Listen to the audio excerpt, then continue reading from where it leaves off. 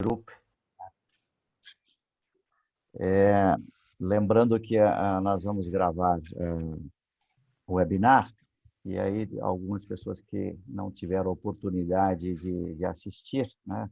Tivemos muitos inscritos, mas aquelas contingências de última hora podem impedir, e talvez tenha impedido que alguns dos participantes não puderam estar com a gente aqui, e certamente vão aproveitar depois o nosso conteúdo. O conteúdo é excelente, aliás, foram algumas semanas aí de preparo de algumas reuniões para a gente trazer aí um conteúdo que fosse de relevância para os profissionais da indústria química, né?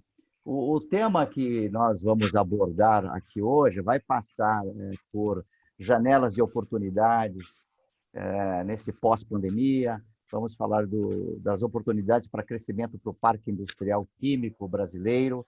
Também vamos abordar aí a criação de políticas de governo para a fabricação de produtos químicos de alto valor agregado a partir de matérias-primas renováveis, que é um tema extremamente emergente. Também abordaremos como evitar novos fechamentos de plantas químicas, os problemas que impactam a indústria química e os demais setores, e a influência da economia circular na indústria química, né? Está com a gente, dando aí a sua contribuição, o Renato Endres, que é formado em Economia e Comércio Internacional pelo IMES, também pós-graduado na Fundação Álvares Penteado em Programação e Processamento de Dados. Atuou na Abiquim por 45 anos nos cargos de diretor de Comércio Exterior e Assuntos Técnicos e Relações Internacionais e Operações, né? Além, né, de estar, né, desde 2014 na diretoria executiva do Simproquim. Então, obrigado, Renato, pela tua presença. Temos também mais um participante que vai contribuir aí com a sua experiência, com o seu conteúdo, que é o Ricardo Chichinelli, formado em Ciências Contábeis pela Faculdade Dr. Raul Bauap. Também tem uma MBA em Controladoria, Finanças e Auditoria pela FGV, né? E um segundo MBA, coleciona aí MBAs, um segundo MBA em Centro de Serviços de Compartilhamento pela Faculdade de Gestão Wally. Bem, esses são os nossos convidados, né? E a gente já queria iniciar aí com cada um deles, colocando inicialmente, vamos começar com o Renato, falando sobre janelas de oportunidades, né, que temos aí nesse cenário atual. Renato, é com você. Bom dia a todos. Queria agradecer a Upper Tools do convite, a Débora, a você, Daniel, as boas-vindas também ao Ricardo. É um prazer conhecê-lo. Nós temos algumas afinidades na área de renováveis, que para mim é o futuro do Brasil na indústria química. Eu diria que oportunidades a gente tem muitas, né? Mas antes ou depois da pandemia? Quando é que termina essa pandemia? A gente não consegue saber. Quando ela começou, a gente sabe. Quando termina, está difícil saber. A indústria química, produtos químicos, está presente em todas as nossas atividades. Na economia, pessoal, no esporte, lazer, em todas as partes, o produto químico está presente. Como não poderia deixar de ser, está presente também na pandemia, né?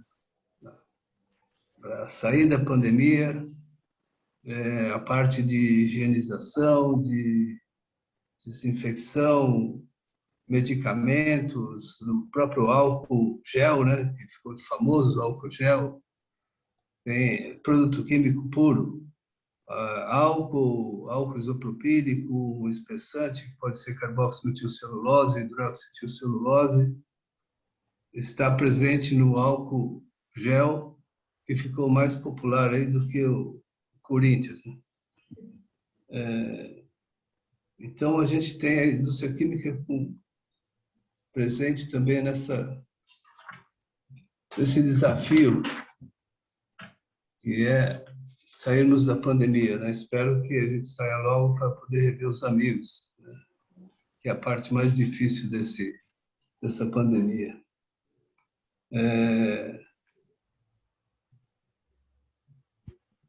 Eu acho que, saindo dessa pandemia, a gente tem alguns projetos no Simpropim para desenvolver algumas atividades. São atividades que nos levam a gerar investimentos, né? Veja, por exemplo, na área de medicamentos. O Brasil já foi grande produtor, grande, um pouco de exagero, mas foi um produtor de muito mais intermediários farmacêuticos que existe hoje, com vários problemas fiscais e tributos, tecnologia. A gente acabou deixando de produzir vários intermediários farmacêuticos. Mesma coisa, fertilizantes, né? Que é uma coisa extremamente importante. E eu me lembro que no período que eu fui diretor da área de comércio exterior da Biquim, a gente sempre comentava com o governo as oportunidades que tínhamos de estar com eles, que eram muitas oportunidades, que como é que pode um país que tem a sua balança comercial altamente dependente de fertilizantes, por exemplo, defensivos agrícolas, que são os insumos principais para a indústria agrícola, que é o que gera o saldo positivo da balança comercial brasileira, o Brasil será altamente dependente dessas matérias-primas. Isso é um problema de segurança. Tanto medicamentos, a gente viu agora no caso das vacinas contra o Covid, que nós estamos preparados, quer dizer, o país tem muito pouco. O Instituto Butantan, no Rio de Janeiro, também tem um laboratório, Fiocruz, que desenvolve algumas vacinas, mas não deu conta de ter produto suficiente para imediatamente amenizar os efeitos do Covid. Então, os investimentos em algumas áreas são tremendamente importantes, como eu disse, em função de segurança do país mesmo. Vai ser difícil você produzir fertilizante que seja suficiente para atender a demanda, mas pelo menos grande parte deveria ter. Por exemplo, ontem foi citado o exemplo se você importa do Afeganistão, tem um problema no Afeganistão, e eles cortam as exportações de fertilizantes para o Brasil. Quer dizer, a balança comercial vai balançar mesmo, né? Vai causar um efeito negativo na balança comercial muito grande. Medicamentos é a mesma coisa, defensivos. O Brasil já foi grande produtor de defensivos, cada vez mais fecham unidades de defensivos e passam a ser importados. Também é uma dependência, uma segurança, eu acho que o país muito grande.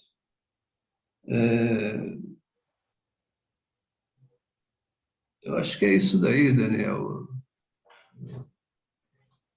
Não sei Perfeito. se respondi a sua pergunta. Não, respondeu. Temos janelas de oportunidade e, claro, temos que estar atento aí a eventuais ameaças, né, e não abandonar aquilo que a gente já tinha aí. Para você ter uma ideia, a gente tem um saldo negativo de 30 bilhões de produtos químicos na balança comercial. Esses 30 bilhões que você tem, esse déficit só faz crescer.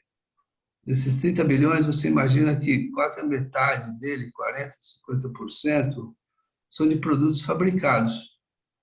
Ou seja, a metade de 30 bilhões são 15 bilhões que a gente tem de oportunidade de Claro que depende de alguns fatores que nós vamos ver mais adiante, para você poder produzir. Você tem, por exemplo, o cloreto de potássio, que é um fertilizante, é uma matéria-prima para fertilizante. O cloreto de potássio, se não me falha a memória, é o primeiro ou segundo produto mais importado depois de ureia. Eu acho que também é para fertilizantes. Então, por que não é produzido ureia no Brasil hoje? Por causa do preço do gás, disponibilidade de gás. Nos Estados Unidos, você tem um preço de 2,5, 3 dólares por metro cúbico de gás.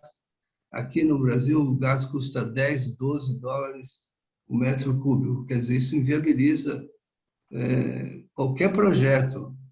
E é um produto extremamente importante, como eu disse, matéria-prima para fertilizante. Então, eu acho que precisava ter uma reorganização na política industrial para que a gente superasse esses déficits importantes de produtos muito importantes na balança comercial. Perfeito. Temos aí as suas considerações. Renato, você tem um bonito quadro atrás de você, mas a gente está vendo o teto. Se você puder abaixar um pouquinho a tampa do... Isso, aí a gente... Agora sim, rapaz. Agora a gente está vendo você. Todo mundo gosta de ver esse quadro. A gente disse que a gente tem um vermelho e um azul, de tanto que gostou.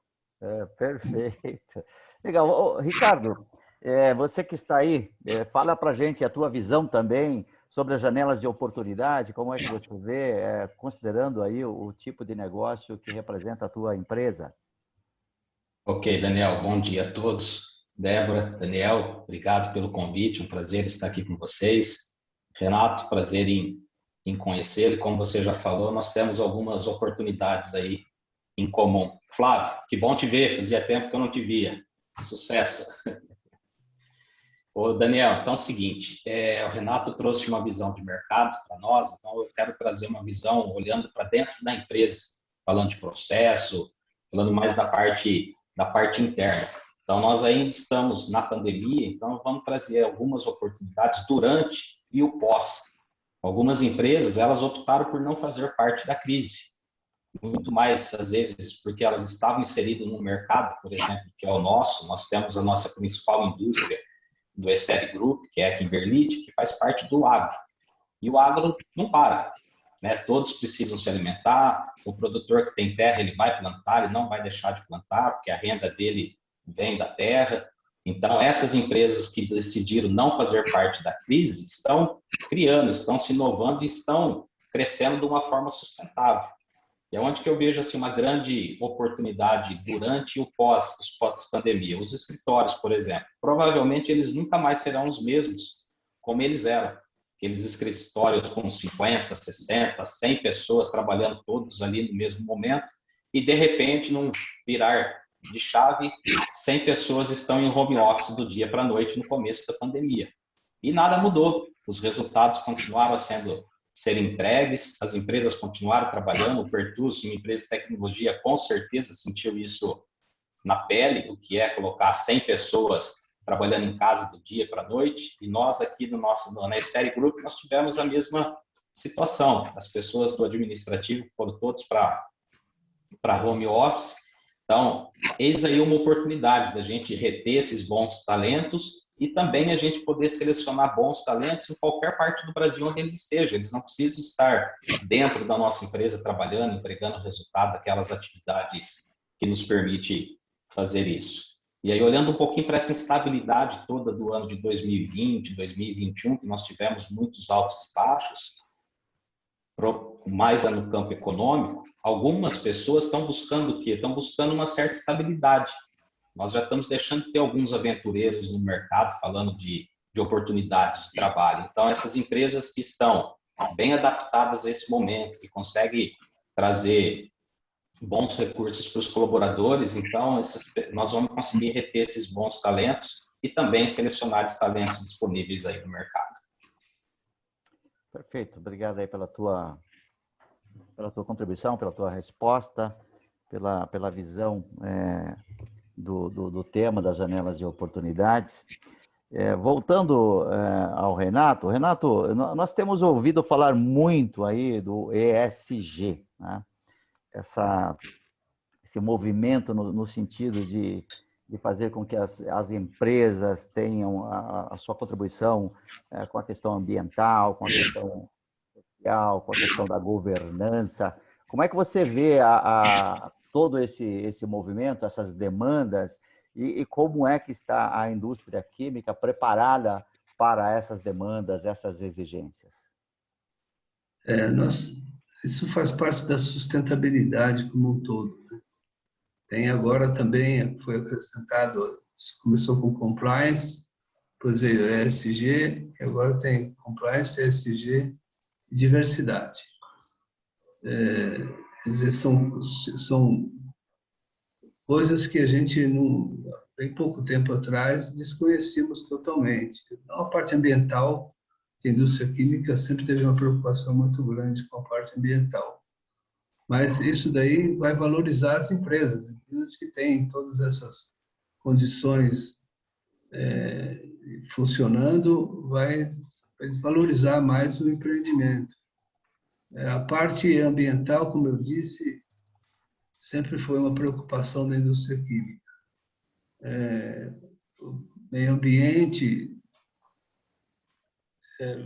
porque a indústria química, ninguém sabe que o produto químico está em todo lugar, né?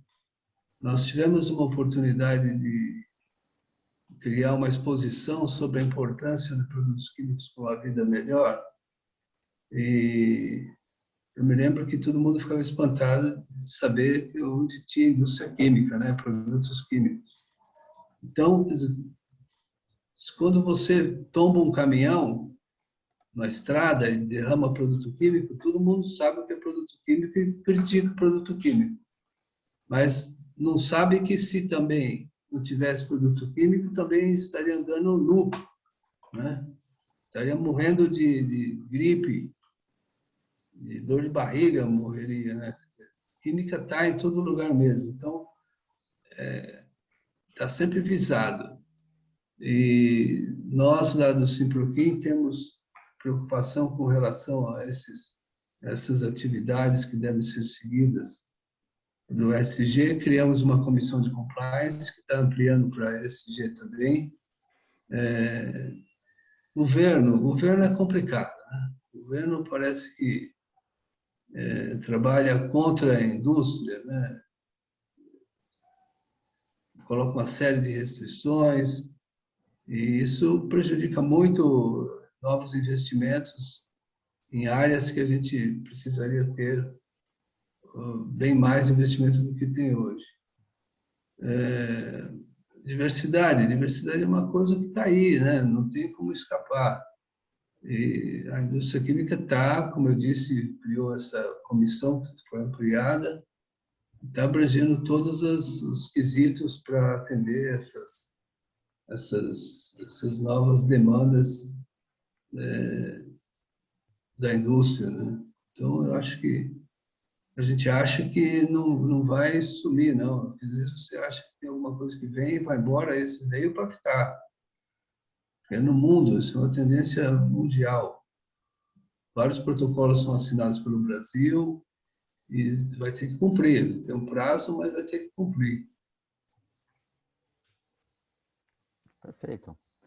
Bom, temos aí um cenário que oferece oportunidades, oferece também, naturalmente, traz, né, no seu bojo as ameaças e as necessidades da indústria química se preparar para mitigar eventuais ameaças, né? A pergunta agora é para o Ricardo, e depois que o Ricardo responder, eu até gostaria que os participantes, nós temos aí vários participantes, que queiram fazer alguma pergunta, pode fazer a pergunta via chat, né? Via o chat, e aí eu repasso aí para o pessoal, direciono para as pessoas. Mas, Ricardo, conta para a gente aí os problemas que impactam a indústria química e os demais setores na sua visão. Como é que você enxerga isso? Como é que a tua empresa está lidando com esses problemas que impactam a indústria? Ok, Daniel. Nós tivemos, com essa chegada da pandemia, uma série de fatores na nossa cadeia de suprimentos.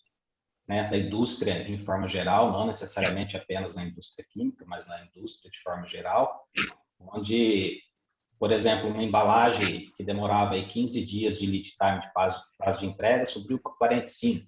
Uma matéria-prima 100% nacional, com 30 dias, nós estamos com um lead time de 90 dias. Então, isso impacta diretamente dentro do nosso planejamento de produção, de vendas e de supply, né, que é a cadeia de suprimentos. Então, não dá mais para fazer algumas coisas como fazíamos antigamente, numa cadernetinha, num papelzinho de pão, como a gente fala no dia a dia aqui da nossa empresa. Então, nós precisamos de muito planejamento. A equipe comercial que está lá na ponta tem que ter uma capacidade de vendas muito assertiva para trazer isso para a indústria, para que nós conseguimos fazer todo o nosso planejamento de compras e a indústria disponibilizar esses produtos no momento oportuno que o cliente na ponta final ele necessita. Por exemplo, nosso produtor passou o período dele aplicar o fertilizante, passou, a lavoura não espera, passou aquele período, se a Kimberlite ou qualquer empresa não tiver disponibilidade para entregar, ele vai comprar do concorrente. Então, isso requer uma grande acuracidade nossa no planejamento. Eu vejo que isso é um problema que todas as indústrias estão sentindo. E aí, quando nós falamos de linha de crédito, então, de alta taxa de juros, os empresários estão morrendo, principalmente aqueles que necessitam de recursos de terceiros para financiar suas operações. Os juros estão subindo absurdamente, nós não temos subsídio nenhum do governo, muito pelo contrário, era nesse momento que a gente esperava que o governo trouxesse algum subsídio para as indústrias e nós não estamos tendo subsídio nenhum. Então, enxergo assim que os dois principais problemas, Daniel, que têm impactado as indústrias, têm sido as linhas de crédito, nós não temos subsídio, e o lead time de entregas de insumos. Muito bom, obrigado aí pela tua colocação. Renato, como é que você... Posso acrescentar? Claro, por favor.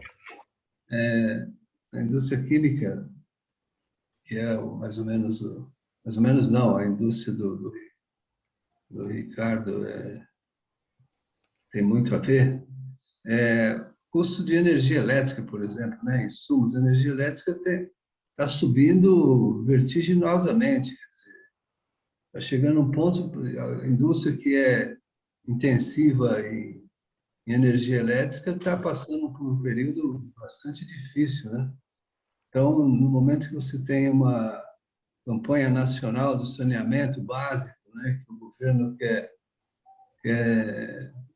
pôr esgoto no Brasil inteiro, imaginar que Guarulhos, dentro de São Paulo, não tem esgoto, né?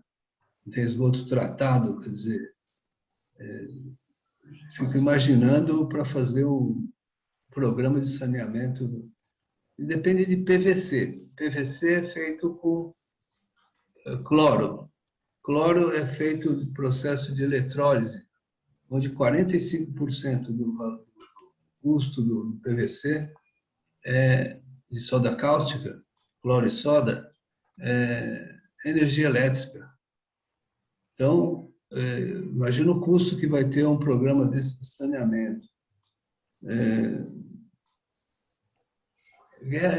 Segurança jurídica, né? Você cria um projeto em determinada região, com isenção de ICMS, PIS, COFINS, e no meio do caminho o governo diz para você assim, acabou porque nós temos que compensar no óleo diesel que ficou isento de PIS, COFINS.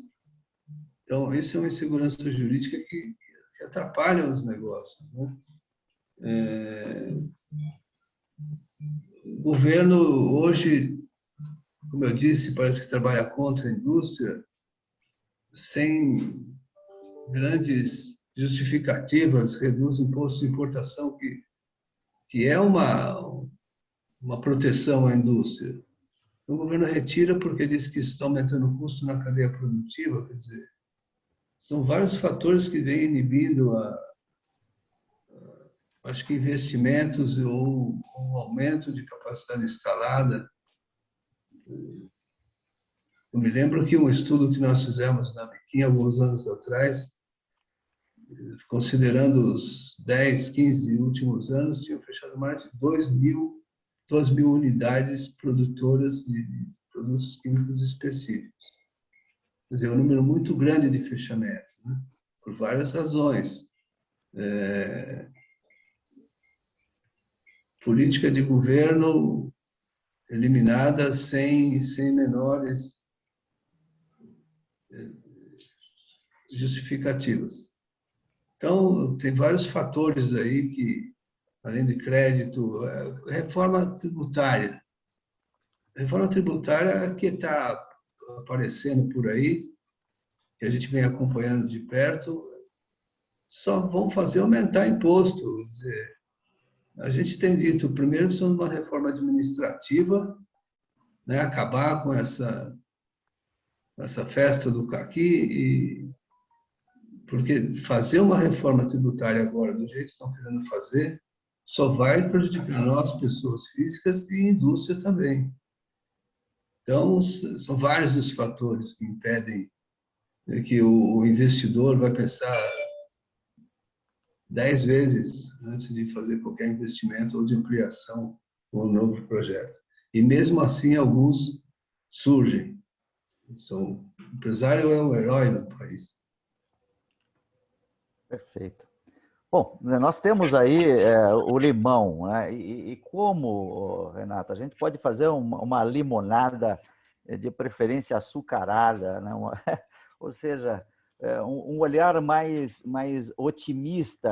Quais são as grandes saídas, as oportunidades, até o papel do próprio Simproquim nesse sentido, né? De trazer uma visão mais otimista, né? Ou até como eu coloquei aí, né? Fazer do limão uma limonada. A gente tem várias propostas, né? Uhum. Nós estamos fazendo um trabalho junto com a Biquim, no sentido de procurar umas saídas para esse. Uma delas é você imaginar o seguinte: tem muitas plantas de indústria química que estão ociosas. Ociosas, eu diria 30% ociosas, vem mantendo esse nível de capacidade ociosa que é muito alto, ou seja, tem ocupado 70%, 30% essas plantas ficam desocupadas. É fazer um estudo em função de unidades desativadas, produtos químicos que pararam de ser produzidos, que possam ocupar essas capacidades ociosas, voltarem a ser produzidos ocupando capacidades ociosas. Porque tem muita empresa estrangeira, me lembro também algumas situações bastante interessantes que tinha empresa estrangeira que queria investir no Brasil, fabricar um determinado produto. E ele nos procuravam para poder identificar empresas que tinham unidades fabris que pudesse atender às necessidades de processo químico que ele precisaria para fabricar o produto aqui no Brasil. Por que ele fazia isso? Porque antes dele investir, ele queria fazer um teste de mercado, ele vinha, produzia na fábrica de terceiros, ocupando a capacidade ociosa, ou empresas que alugavam processos químicos para produção temporária, para ele vir para cá, testar o mercado, ver como funciona. Se funcionar, ele faz constrói uma indústria. Então, essa é uma oportunidade. Tem que se identificar. A gente tem trabalhos já feitos pelo BNDES sobre oportunidades de produtos químicos, de investimento em produtos químicos. Você tem situações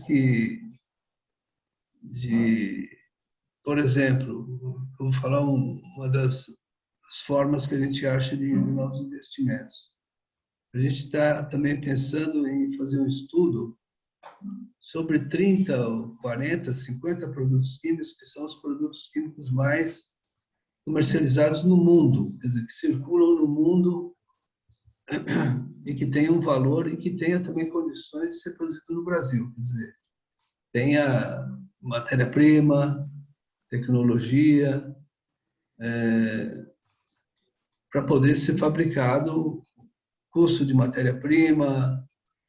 Também a mesma forma, você vai pegar esses 30, 40, 50 produtos, eu acho que não pode ser um número muito grande, para estudar esses produtos, o porquê que eles não são produzidos, e tentar identificar unidades da mesma forma que estejam paralisadas ou desativadas e ocupar essas capacidades instaladas. A gente tem várias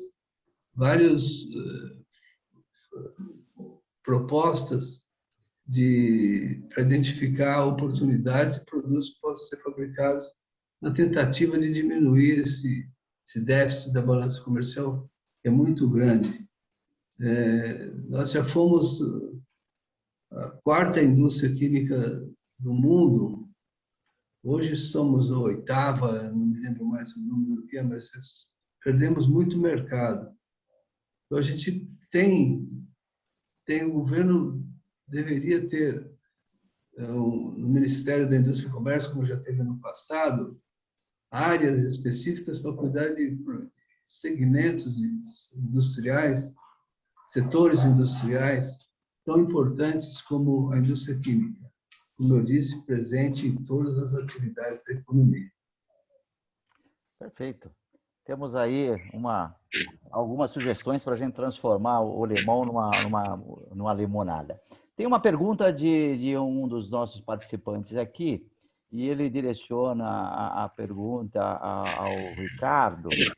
Ricardo, a pergunta é a seguinte: gostaria de ouvir do Ricardo como estratégias em implantar, por exemplo, um ERP de alta qualidade pode contribuir, né, para o sucesso que ele coloca, inclusive o sucesso visível da ECR Kimberly. Ricardo, aproveita, responde a pergunta e também fala um pouquinho de como buscar oportunidades para o crescimento do Parque Industrial Químico Brasileiro. Ok, Daniel, boa pergunta do colega. No mundo que nós estamos vivendo corporativo, não dá para fazer mais nada se a gente não tiver um bom RP nos dando suporte. Como eu falei no questionamento anterior, toda a nossa cadeia de planejamento, a gente necessita de um RP que nos suporta. Então, entra o pedido de compras, vai para a ordem de produção, processa indústria, gera estoque, entra pedido de vendas, integra com CRM, depois fatura, integra com financeiro, com quantos a pagar, com quantos a receber, com fluxo de caixa, com processo orçamentário. Então, o ERP é de suma importância nesse processo de gestão, Daniel. Ele é de suma importância. Então, se o colega está pensando em substituir o ERP que ele trabalha, analise as boas opções que existem no mercado. Agora eu vou fazer um marketing aqui, a Débora vai gostar. O SAP Business One tem nos atendido de uma forma muito boa. Nós fizemos o nosso Go Live aqui em agosto de 2012 e de lá para cá o SAP B1 é outra ferramenta do que aquela que nós adquirimos em 2012. Ela passou por uma série de transformações que agregou muito valor no nosso mercado. Nós éramos uma empresa, falo os números porque divulgamos balanço, de 18 milhões e estamos hoje com uma empresa de 300 milhões. Então, olha o tamanho e o peso que o RP tem disso dentro da gestão para suportar esse crescimento nosso. Então, é de suma importância um RP bem implantado, bem instalado, com todas as funcionalidades disponíveis aí na formatação da gestão. E falando um pouquinho de oportunidades, é exatamente isso que eu falei. Nós temos que ter todo um planejamento, né? O furacão está passando. E o que nós vamos fazer na hora que esse furacão passar? Nós não podemos esperar o furacão passar. Nós temos que começar já. Então, o momento é um momento desafiador, onde nós temos que ser criativos, inovadores e temos que ter um planejamento bem afiado para que quando esse furacão passe, de fato, a gente possa aproveitar todas as oportunidades que essa pandemia nos trará. O Renato foi muito feliz aí falando das matérias-primas, das importações. Então, o custo de produção tem subido. O que nós vamos fazer? Algumas ações nós temos condições, que é buscar matérias-primas renováveis, alternativas. Então, tudo aquilo que dá para ser feito, a gente precisa começar a enxergar com outros olhos. Perfeito. Aliás, você, em algum momento aí das nossas conversas anteriores, você tinha colocado, né, fez até um trocadilho entre crise e o cortar o S da crise e Isso. criar, né? Então, crise e corta o S é crie, né? Ou seja, o grande desafio no momento como esse é o empresário, primeiro, se abrir, né, para a criatividade, para o novo, ter uma visão um pouco mais otimista, né? Bacana. E a gente vê dentro desse cenário aí, que eu acho que a gente chegou a colocar logo no início do nosso bate-papo aqui, desse webinar, o ESG. As questões do E, né, do environment, do meio ambiente. E nós temos aí, hoje, contribuindo para isso, a questão da economia circular, né? Então, aproveitando, Ricardo, já que você está aí com a gente nesse bate-papo, dá continuidade na sua conversa, fala um pouquinho de como você enxerga, como a tua empresa enxerga a questão da economia circular. Ok, esse é um assunto que quem domina muito ele é o Renato, viu, Daniel? Então eu vou Mas me ele vai falar arriscar. daqui a pouco. Se eu falar alguma besteira aqui, fique à vontade para me corrigir, viu, Renato? O que nós, enquanto ESSERI Group, nós estamos tomando cuidado com essa questão da economia circular, da matéria-prima virgem, priorizando insumos duráveis, recicláveis e renováveis. Então, nós temos uma estação de tratamento de efluentes, onde a gente reutiliza toda a nossa água no processo, ela é retratada e ela é reutilizada. Quando nós temos algum tipo de resíduo, nós fazemos toda a coleta seletiva desse resíduo, então fazemos o descarte de forma consciente. É assim que a ESSERI Group tem trabalhado, Daniel. Perfeito. Renato, você não quer também contribuir aí, que a gente sabe o teu domínio sobre o assunto, fala um pouquinho para a gente a tua visão, a visão do Simproquim, o estímulo que pode ser dado para a economia circular. Você vê, químico está em tudo mesmo, né? Uhum. Está em falta de investimento, em fechamento, energia elétrica, preço do gás. Não sei o que falta para nós, viu? A economia circular é uma coisa nova, né? Muito nova. O setor químico já vem fazendo isso, como eu te disse, por, por, por obrigação, é porque internacionalmente, normalmente as empresas multinacionais têm que seguir o que segue as suas matrizes. Então, a parte de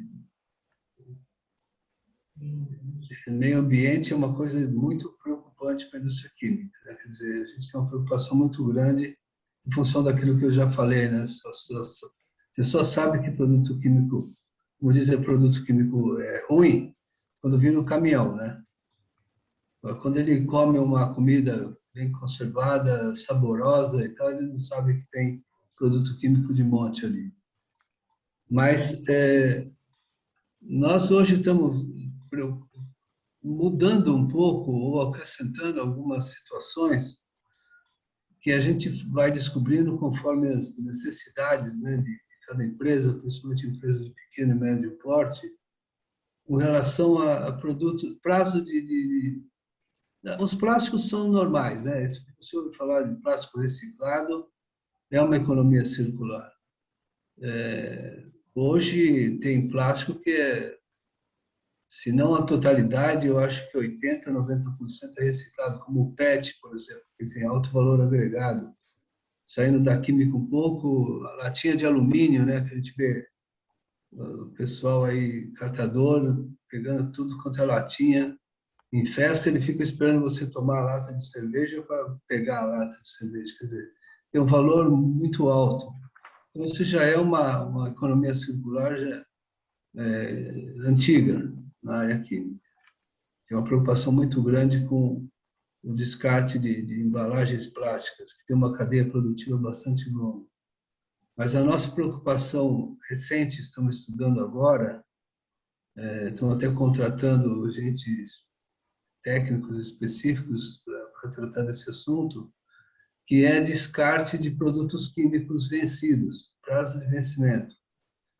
Você pegar num laboratório, por exemplo, isso se estende também a matérias-primas para produção, produtos que aleatoriamente são dados prazos de vencimento, porque tem que ter prazo de validade, né? Quer dizer, você tem na tua produção um produto que tem um prazo de validade lá de 2 anos, mas é um produto que não estraga nunca, né? Existem produtos químicos que, bem embalado, lacrado, pode durar muitos anos.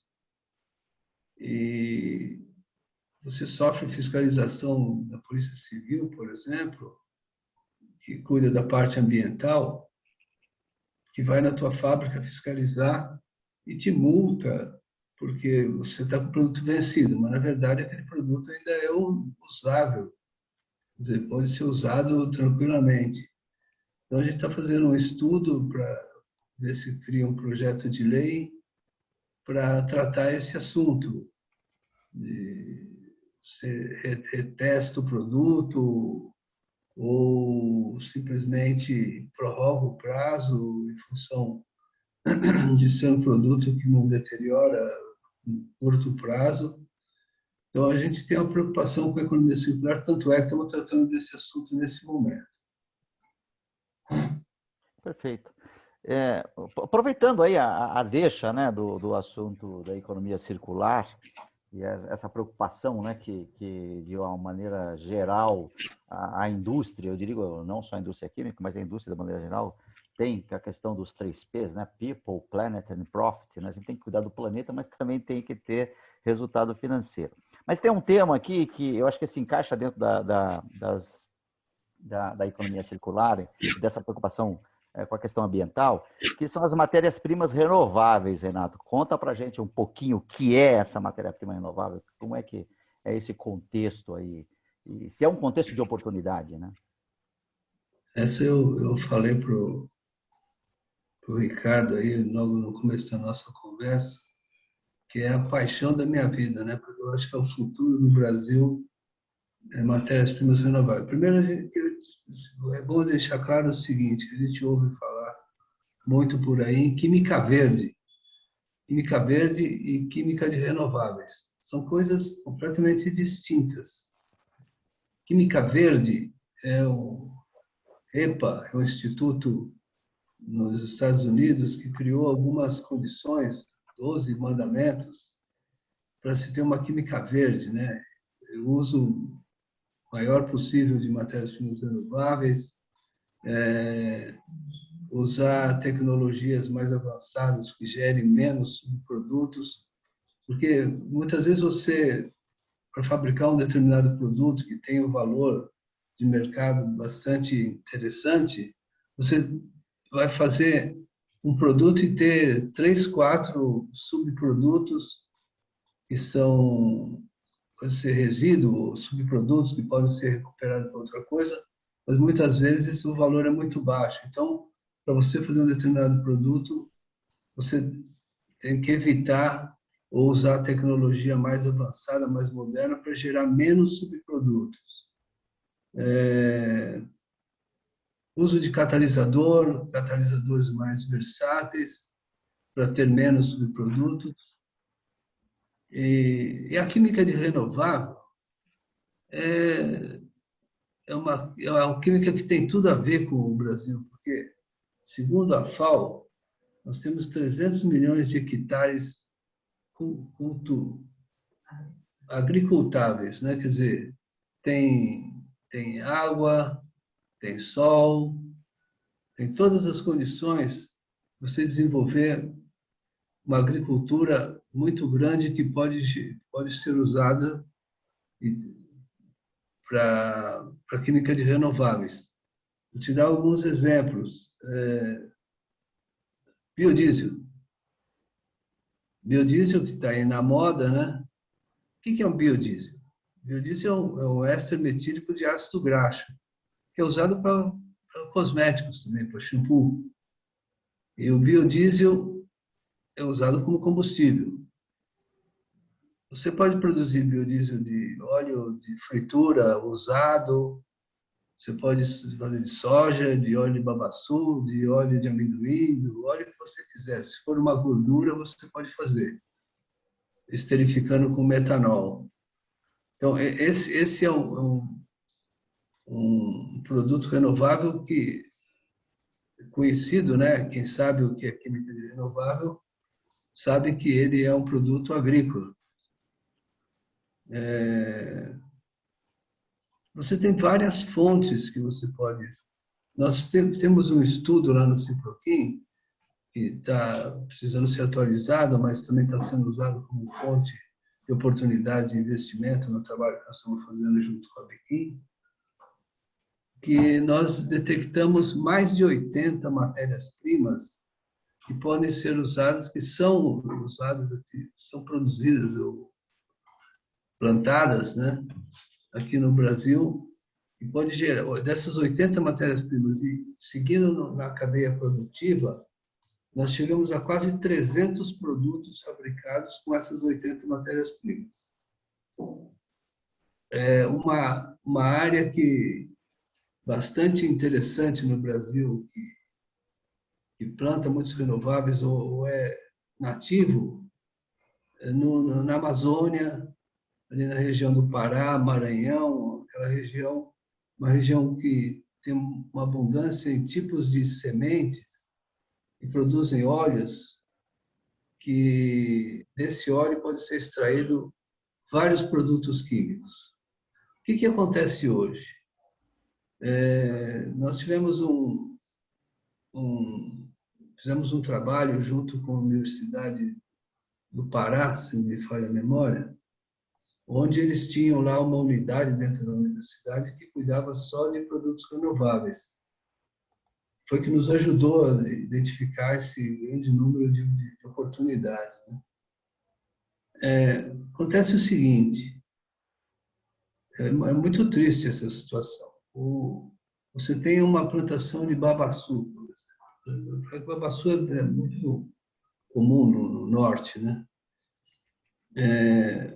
Você tem períodos que dão babaçu. Então, o catador, que a gente chama, né? O catador cata a semente, leva lá para um lugar, produz o óleo e manda o óleo lá para as indústrias ou exporta. No período que não tem óleo de babaçu, que ele não vai catar mais pouquinho de babaçu, ele fica sem fazer nada.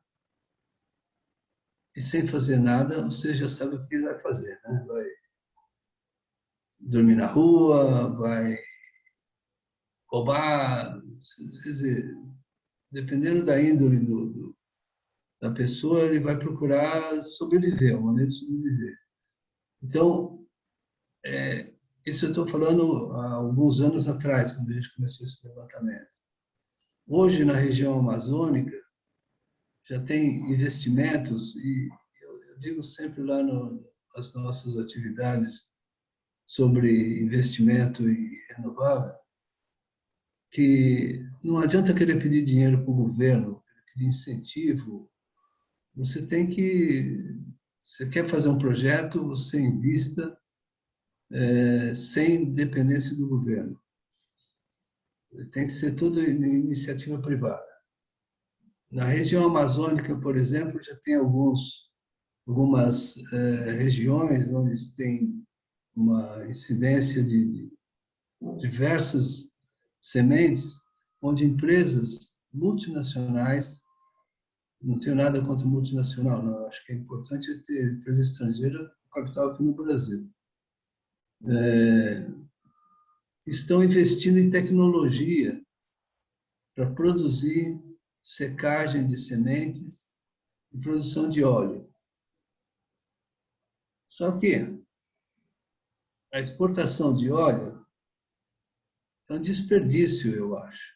Eu acho que o Brasil deveria investir em tecnologia para craquear esse óleo. Craquear é como se fosse um petróleo. Você pega esse óleo, destila, tem equipamentos sofisticados para separar produtos, que são produtos, matérias-primas farmacêuticas, matérias-primas extremamente valorizadas, que acaba indo para a Europa, para a China, para qualquer lugar que tenha tecnologia para fazer esses processos. E esses produtos vão com o preço de 100 como óleo e voltam como derivados para a produção de o valor de 500. Quer dizer, nós exportamos a matéria-prima e depois importamos o produto feito com ela com preço muito mais alto. Eu acho que a gente deveria, nesse projeto também, incentivar a produção dos derivados.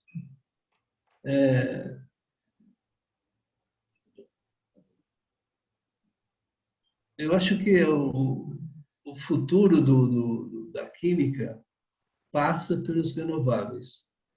A gente tem conversado muito com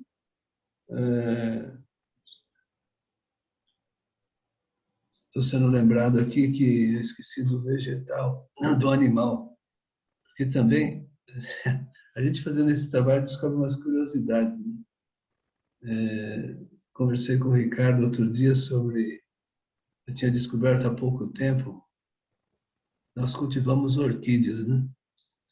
E a gente vive estudando o fertilizante para que tenha uma aplicação que seja mais favorável no plantio de orquídeas. Eu descobri o ácido úmico, ácidos úmicos, que é a partir de uma turfa que tem aí na região. Não sei se o Ricardo depois podia falar um pouco sobre esse produto, né, aí na região que vocês estão, o Ricardo, né? Que é produzida a partir da turfa, e leva 85 mil anos para poder ser extraída. A turfa aqui no Brasil tem 85 mil anos, mas tem uma concentração baixa. Na Europa, acho que na Inglaterra, na Irlanda, ali na região, uma turfa de 85 milhões de anos. Quer dizer, é um produto renovável. Vai levar um pouquinho de tempo para se recompor, mas é renovável, né? Não deixa de ser renovável. Então, é um segmento fantástico que atrai as pessoas que gostam da química, né? Porque é uma química muito nova. Então, não vou te falar mais nada, mas tem animal também. Por exemplo, tem um negócio que eu descobri outro dia, fazendo esse trabalho, que das vísceras animais você extrai um produto para diabetes, insulina. Insulina é a partir do pâncreas bovino. Quer dizer, é renovável. Porque o boi, a vaca, você faz bezerro e faz outro, e vai fazendo. Quer dizer, eu peguei isso aqui como exemplo, né? A lã de carneiro, você faz a lanolina. Quando você ouve falar em lanolina, o que é lanolina? Lanolina é a gordura que é extraída do pelo do carneiro. Então, tem coisas assim, o sebo, né? Você extrai glicerina, ácidos graxos, faz um monte de coisa. Mas tem papaína para amolecer alimento. Papaína é leite do mamão. Quem nunca passou um garfo no mamão para amadurecer mais rápido, né? Aquele leite que sai é papaína. Porque tem muita gente que usa casca de abacaxi, tem gente que põe casca de mamão para fazer churrasco, né? Parece que é uma desgraça, mas se a carne for muito dura, é uma saída. Então, muito legal. Onde está a química? A química está em tudo. Pô. Renováveis também está por aí. Renato, química é vida, né? Ô, Renato, a gente está chegando aí ao final do nosso webinar. A tua contribuição, o teu conhecimento, a tua experiência, muito legal. Eu queria deixar aí, antes da gente entrar nas considerações finais, o Flávio Luiz, que é CEO da Apertura, está presente aqui também. Embora eu sei que ele não é um químico, mas, Flávio, eu acho que foi uma experiência super interessante, esse aprendizado, essas coisas que a gente teve aí como oportunidade de ouvir. Queria ouvir também as suas considerações aí finais, aí nos últimos 5 minutos que a gente tem. Bom dia a todos. Obrigado, Daniel. Obrigado, Renato. Prazer conhecê-lo.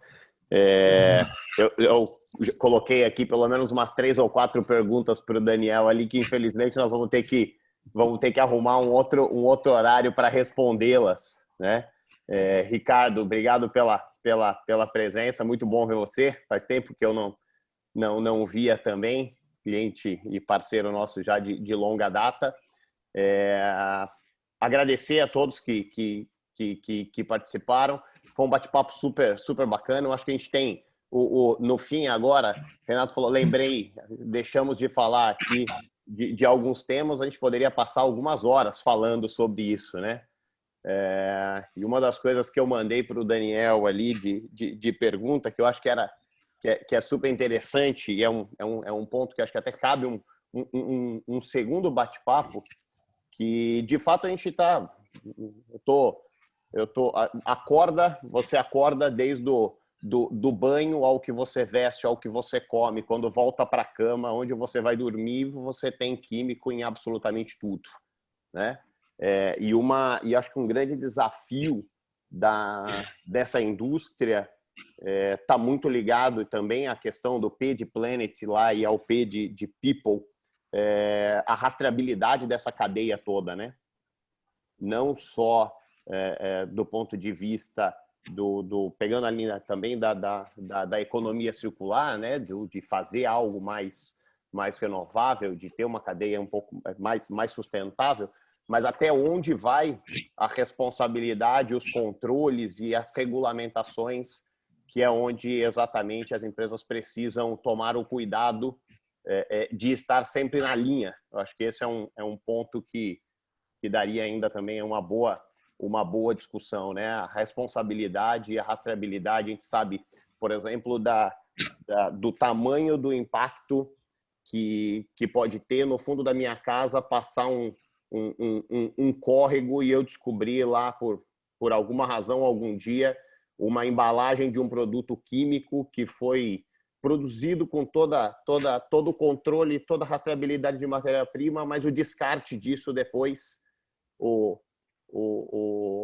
responsável por isso simplesmente terminou, deixou ali, veio uma chuva, isso caiu no rio e parou lá no fundo da minha casa. O quanto que isso tem de impacto para o meio ambiente e a responsabilidade da empresa, né? A responsabilidade de companhias como o grupo que o Ricardo representa aqui, até onde isso vai e como que o sindicato controla, como é que vocês enxergam essas regulamentações. Mas a gente tem assunto para bastante tempo. Fica talvez a deixa aí, Daniel, para a gente seguir para alguns outros encontros. Muito bom, obrigado, Fábio, pelas suas considerações. Agradecimentos aí ao Renato, que muito gentilmente colocou aí toda a sua experiência aí para nós. O Ricardo, que fez os seus comentários sobre a experiência da empresa dele e também, né, a grande contribuição que os ERPs dão para que você tenha os processos internos capazes de acompanhar, né, as demandas externas, né, e talvez esse seja o segredo do sucesso aí da empresa que o Ricardo representa. Bom, podemos fazer aí cada um aí, o Ricardo e o Renato, em um minutinho de consideração final, para a gente não ultrapassar muito o horário. O legado da indústria química na visão de vocês, muito rapidamente. Renato. Bom, produto químico é o que a gente acabou de dizer, né? Até quem tiver curiosidade pode acessar o www.ciproquim.org.br. Lá tem algumas coisas muito interessantes que a gente fala sobre produtos químicos. Como eu disse, sem produtos químicos nós não estaremos aqui conversando nesse momento. Então, o produto químico é uma coisa imprescindível e qualquer país que queira crescer, desenvolver, tem que ter uma indústria química forte, né? Isso que a gente sempre diz. É uma indústria de base. Nós, como entidades de classe, temos feito um trabalho para procurar melhorar a situação do Simproquim, principalmente, com relação às pequenas e médias empresas, que são as que mais geram emprego e as que mais produzem especialidades. Então, a gente tem que incentivar bem essas empresas muito e pedir que o governo também colabore com isso, né? Porque não adianta só o setor privado estar preocupado com a importância da indústria química se o governo não tiver. E oportunidades como essa que vocês nos ofereceram aqui, para poder falar um pouco sobre produtos químicos, a gente tem aproveitado todas essas oportunidades. Porque a gente tem que tirar essa imagem de que o produto químico é uma coisa ruim. Mal usada é ruim até água, né? Se você beber água demais, você morre também. Então, a gente precisa tirar essa imagem de que produto químico é ruim. E como eu repito, eu acho que essa oportunidade é muito interessante para a gente poder falar um pouco sobre a importância dos produtos químicos. E a gente continua à disposição, quando vocês quiserem fazer uma nova rodada, nós estamos por aí disponíveis, quando vocês quiserem. Agradeço a Débora, né, a você também, ao Ricardo, a todos que colaboraram para esse webinar e ficamos à disposição. Muito obrigado. Ok, obrigado. Ricardo, faça as suas considerações finais. Agradecer, Daniel, pelo excelente conteúdo que foi apresentado aqui, Renato, Débora, prazer, conte sempre conosco. E como legado aí, nós precisamos pensar no futuro, não tomarmos ações imediatistas. Teremos outras gerações, filhos, netos, então o que nós vamos deixar para essas pessoas que estão chegando? Então, importante aí a nossa linha verde, nossa linha renovável, a gente de fato pensar, porque um dia essas fontes naturais podem se esgotar. Então, precisamos pensar aí nas nossas próximas gerações. É um prazer estar aqui com vocês, Daniel. Ok, gente, muito obrigado e até breve. Certamente teremos outros encontros como esses, com essa riqueza de conteúdo, para que todos possam aproveitar e, a partir de um encontro como esse, gerar insights para que a gente realmente consiga ter aí um resultado em todos os aspectos. People, planet and profit, né? É isso aí. Até mais, gente.